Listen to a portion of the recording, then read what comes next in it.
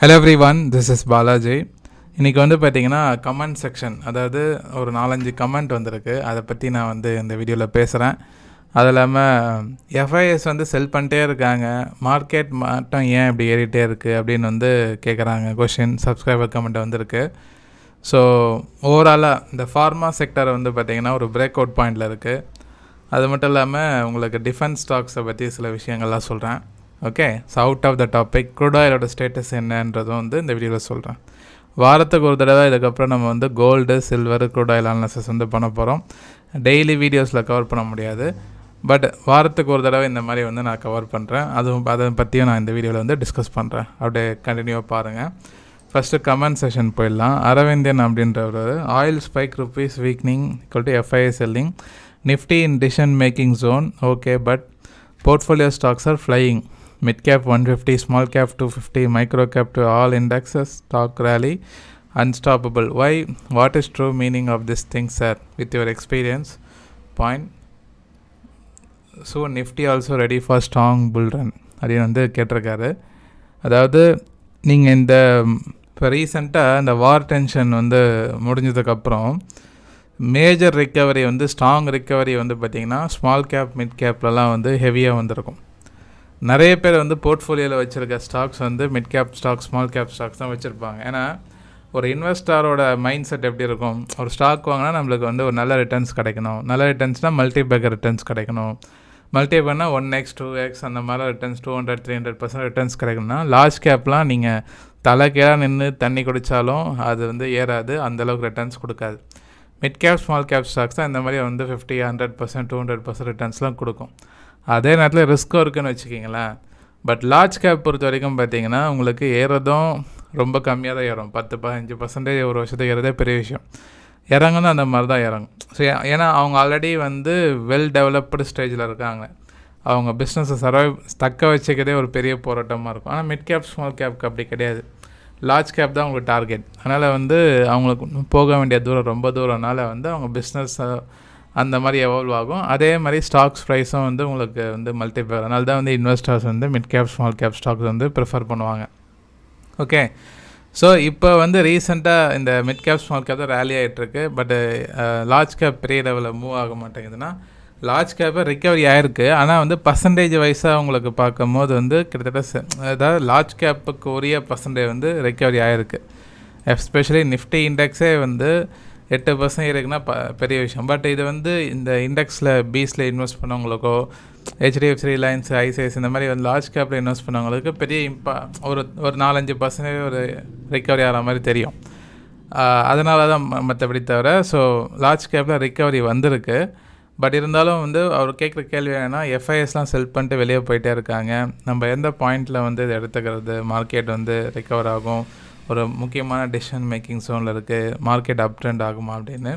ஆக்சுவலாக நிஃப்டி வந்து உங்களுக்கு இயர்லி பேசிஸில் ரிட்டர்ன்ஸ் கொடுக்கறது வந்து 2024 அது வந்து ஸ்டாப் ஆகிடுச்சு. 2020 பார்த்திங்கன்னா கண்டினியூவாக நீங்கள் வந்து கேலண்டர் இயரில் போட்டாலும் சரி, ஃபினான்ஷியரில் போட்டாலும் சரி, கண்டினியூவாக ஒரு 10-15% ரிட்டர்ன்ஸ் கொடுத்துட்டே இருக்கும் இயர் ஆன் பேசிஸில். நான் 2024 பார்த்திங்கன்னா அதோட ஹை வந்து 2024 செப்டம்பர் மாதம் தான் வந்து நிஃப்டியோட ஹை 26,300 பக்கத்தில் போயிட்டு அதுதான் ஹை. ஸோ 2 வருஷம் ஆகிடுச்சு. கிட்டத்தட்ட இன்னும் ஒரு 3-4 மாதம் போச்சுன்னா கிட்டத்தட்ட 2 வருஷம் ஆகிடும். 2 வருஷம் வந்து 0 ரிட்டர்ன்ஸ் நிஃப்டி ப்ரொடியூஸ் பண்ணியிருக்கு. அதாவது இந்த ரேஞ்சு பவுன்குள்ளே ட்ராவல் ஆகிட்டு டவுன் ட்ரெண்ட்னும் சொல்ல முடியாது, அப் ட்ரெண்ட்னும் சொல்ல முடியாது, இந்த ரேஞ்சுக்குள்ளே சுற்றிட்டு இருக்குல்ல. ஸோ என்னை பொறுத்த வரைக்கும் 2 வருஷம் வந்து கன்சால்டேட் ஆனதுனால இது வந்து ஒரு முக்கியமான டெசிஷன் மேக்கிங் ஏரியா. ஒன்று டவுன் ட்ரெண்ட் ஆரம்பிச்சுன்னா பெரிய லெவலில் ஃபால் ஆகும், அப் ட்ரெண்ட் ஆச்சுன்னா பெரிய லெவலில் ரேலி ஆகும். எப்படி பாலாஜி சொல்கிறீங்க பெரிய லெவலில் அப்படின்னா, மார்க்கெட்டில் புழங்கிட்டே இருக்குன்னு வச்சுக்கிங்களேன். ஒரு கட்டத்துக்கு மேலே லாங் டேர்மில் பிரேக் அவுட் ஆச்சுன்னா ஒரு பெரிய மொமெண்டம் வந்து க்ரியேட் ஆகும். இப்போ உதாரணத்துக்கு நான் இங்கே 2020க்கு முன்னாடி பாருங்கள், நிஃப்டி 2018 2020 வரைக்கும் அதே இடத்துல தான் சுற்றிட்டு இருந்தது. 11,800 12,000 தான் ஆல் டைம் ஹையாக இருந்தது அந்த டைமில். அந்த இடத்த 11,800 வந்து பார்த்திங்கன்னா கிட்டத்தட்ட ஒரு 2 வருஷமாக அதே இடத்துல மார்க்கெட்டை வந்து மேலே கீழே போயிட்டு அந்த கோவிட் டைமை வந்து ஒரு மையமாக வச்சு அதை யூஸ் பண்ணி பெரிய லெவலில் ப்ராஃபிட் புக்கிங் பண்ணாங்க. ஸோ அந்த 2-3 வருஷம் ஒரு புழக்கம் வந்ததுன்னு வச்சுக்கிங்களேன். அதுக்கப்புறம் ஒரு ட்ரெண்டை வந்து ஷிஃப்ட் ஆகும் லாங் டேர்மில். ஸோ அந்த புழுக்கம் வந்து இப்போ வந்துட்டுருக்கு மார்க்கெட்டில். ஒன்று மேலே உடைச்சாலும் பெரிய லெவல் அப் ட்ரெண்ட் ஆகும். ஆல் டைம் ஹை உடைச்சிட்டு ஸ்ட்ராங்காக ஒரு மந்த்லியில் கேண்டில் க்ளோஸ் வைக்கணும். அப்படி வந்துச்சுன்னா ஒரு பெரிய அப் ட்ரெண்ட் ஆகும். இல்லை டவுன் சைடில் நம்ம எதிர்பார்த்தாமே 22,000 21,800 டவுன் சைடில் வச்சுன்னா பெரிய லெவலில் ரேலி. என்னை பொறுத்த வரைக்கும் மிட் கேப் ஸ்மால் கேப் வந்து எது நடந்தாலும் முன்னாடியே ரிஃப்ளெக்ட் பண்ணும். ஸோ இப்போ இருக்க சினாரியோ பார்த்தீங்கன்னா மிட் கேப் ஸ்மால் கேப்லாம் ட்ரெண்ட் ஆக ஆரம்பிக்கிற மாதிரி தெரியுது லைட்டாக. ஸோ அதனால் இந்த நிஃப்டியும் வந்து பொறுமையாக அந்த ஆல் டைம் ஹை நோக்கி போகுன்றது தான் என்னோடய வியூ ஷார்ட் டேர்மில். அதுக்கப்புறம் திருப்பி இந்த ரெசிஸ்டன்ஸ் போய்ட்டு இந்த 2020 நடந்த மாதிரி இந்த இடத்துலையே சுற்றிட்டுருக்கு பார்த்தீங்களா, அந்த மாதிரி போயிட்டு கூட ஷார்ட் டேர்மில் அப்ஸ் அண்ட் டவுன்ஸ் இருக்கலாம். ஒன்று இந்த வருஷம் ரேஞ்சு பவுண்டாக இருக்கும், இல்லைனா வந்து ஸ்ட்ராங் அப் ட்ரெண்டாக இருக்கும். இதுதான் என்னோடய வியூ. பட் இது வந்து ரேஞ்சு பவுண்டாக இருந்தாலும் நீங்கள் இந்த டைமில் இன்வெஸ்ட் பண்ணுறது ரைட் டைம். ஏன்னா இங்கே வந்து மேலே போகிறதுக்கு இன்னும் 7% இருக்குது நிஃப்டிக்கு. அதுவே உங்களுக்கு ரிட்டர்ன்ஸ் கொடுக்கும். ஸோ ஆல் டைம் ஹை போகிற வரைக்கும். ஓகே, இது என்னோடய வியூ. ரைட், அடுத்த கொஷின் வந்து கேசவா அப்படின்னு, எஃப்ஐஐ இப்படியே விற்று கொண்டிருந்தால் இன்னும் கொஞ்ச நாளில் ஆல் இண்டியன் மார்க்கெட்டாக மாறும். அப்படி கிடையாது. நம்ம ஓவரால் டேட்டா எஃப்ஐஐ செல் பண்ணுறாங்கன்னு சொல்கிறோம். பட் ஸ்டாக் ஸ்பெசிஃபிக்காக நீங்கள் பார்த்தீங்கன்னா வச்சுக்கிங்களேன், நிறைய ஸ்டாக்ஸ் வந்து ஆல் டைம் ஹையில் இருக்குது. அதுக்கு காரணம் எஃப்ஐஐஸ் வந்து வாங்கினதுனால தான். இப்போ உதாரணத்துக்கு இந்த டேட்டா பேட்டர்ன்ஸ் அப்படின்ற ஸ்டாக்கு ஆல் டைம் ஹை உடச்சிட்டு ட்ரேட் ஆகிட்டுருக்கு. ஓகேவா? இதுக்கு காரணம் ரீட்டைலர்ஸ்ன்னு நினைக்காதீங்க, எஃப்ஐஎஸ் வந்து வாங்கியிருக்காங்க. இந்த ஸ்டாக்கை ஹெவியாக வந்து பை பண்ணியிருக்காங்க. நான் வந்து இல்லை பாருங்கள், அதாவது டேட்டா பேட்டர்ன்ஸோட ஷேர் ஹோல்டிங் பேட்டர்ன் எடுத்து வச்சுருக்கேன். லாஸ்ட் 2 குவார்ட்டர் டிஏ பார்த்தீங்கன்னா 2 குவார்ட்டரும் பை பண்ணியிருக்காங்க. நெட் பையிங்கில் அதிகமாக இருக்குது. அதே சைமல்டேனியஸாக எஃப்ஐஎஸும் நெட் பையிங்கில் அதிகமாக இருக்குது. அப்போ 2 பேருமே வாங்குறாங்கன்னா யாராவது விற்ற தானே வாங்குவாங்க. அப்போ 2 பேருமே பையிங்கில் இருக்காங்கன்னா அந்த குவான்டிட்டி எங்கே இருக்கும்? ப்ரொமோட்டர் ஹோல்டிங்கும் கான்ஸ்டண்ட்டாக இருக்குது. அப்போ கண்டிப்பாக பப்ளிக் கிட்டன்றதை அது வாங்கியிருப்பாங்க. ஓகேவா?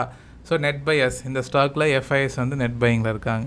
இந்த மாதிரி நிறைய ஸ்டாக்ஸ் இருக்குது. நம்ம வந்து நீங்கள் நியூஸில் போய் பார்த்தீங்கன்னா இந்தளவுக்கு டெடிக்கேட்டடாலாம் ஒரு ஸ்டாக்குக்கும் எக்ஸ்ப்ளனேஷன் கொடுக்க மாட்டாங்க.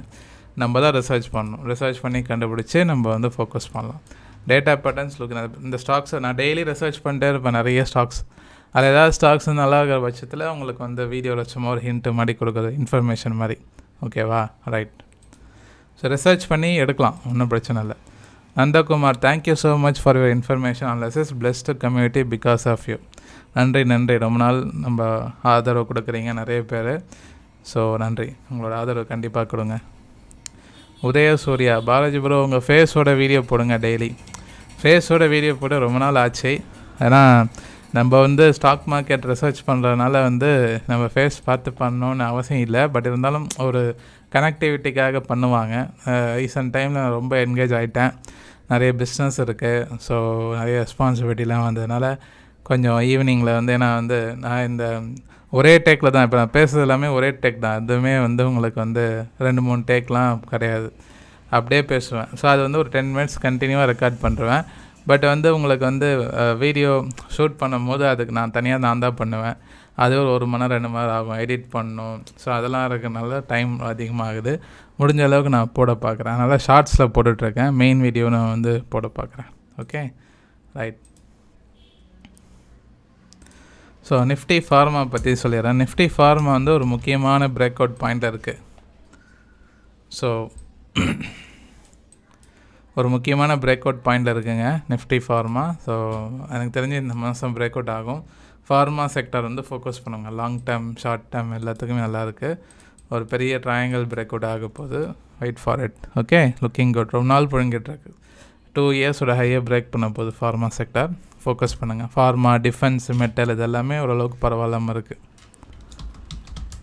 க்ரூட் ஆயில் மட்டும் நான் ஆட் பண்ணுறேன், டைம் ஆகிடுச்சு. க்ரூட் ஆயில் பொறுத்த வரைக்கும் அது ஆல் டைம் ஹையை பிரேக் அவுட் ஆகாமல் இந்த எனக்கு தெரிஞ்சு க்ரூட் ஆயில் வந்து எந்த என்கேஜ் ஆக தான் வாய்ப்பு இருக்குது. அது வந்து 10,000 கிராஸ் ஆனால் தான் ட்ரெண்ட் ஆகும். அதுக்கப்புறம் இல்லைனா இந்த இடத்துலையே கொஞ்சம் அப்ஸ் அண்ட் டவுன் சைட்வேஸ் மாதிரி போகிறது தான் நிறைய வாய்ப்பு. So stay away. Crude oil பொறுத்த வரைக்கும் 10,000 மேலே கிராஸ் ஆனால் தான் ட்ரெண்டு, இல்லைனா சைட்வேஸ் தான். Be careful. Okay, right. So பார்ப்போம். இன்னொரு விஷயம், அதாவது மே மந்த்துக்கான price action classes registration open ஆகிருக்கு. ஸோ விருப்பப்படுறவங்க டிஸ்கிரிப்ஷன் லிங்க் இருக்கும், செக் பண்ணி ஜாயின் பண்ணிக்கிங்க. ப்ரைஸ் ஆக்ஷன் கற்றுக்குங்க. அப்போ தான் இந்த மாதிரி ஸ்டாக்ஸ்லாம் சூஸ் பண்ண முடியும். ஓகே, எதாவது கொரிஸ் இருந்தால் வாட்ஸ்அப்பில் காண்டாக்ட் பண்ணுங்கள். நிறைய பேர் பார்க்குறீங்க, லைக் பண்ணுங்கள். மிக்க நன்றி நண்பர்களே.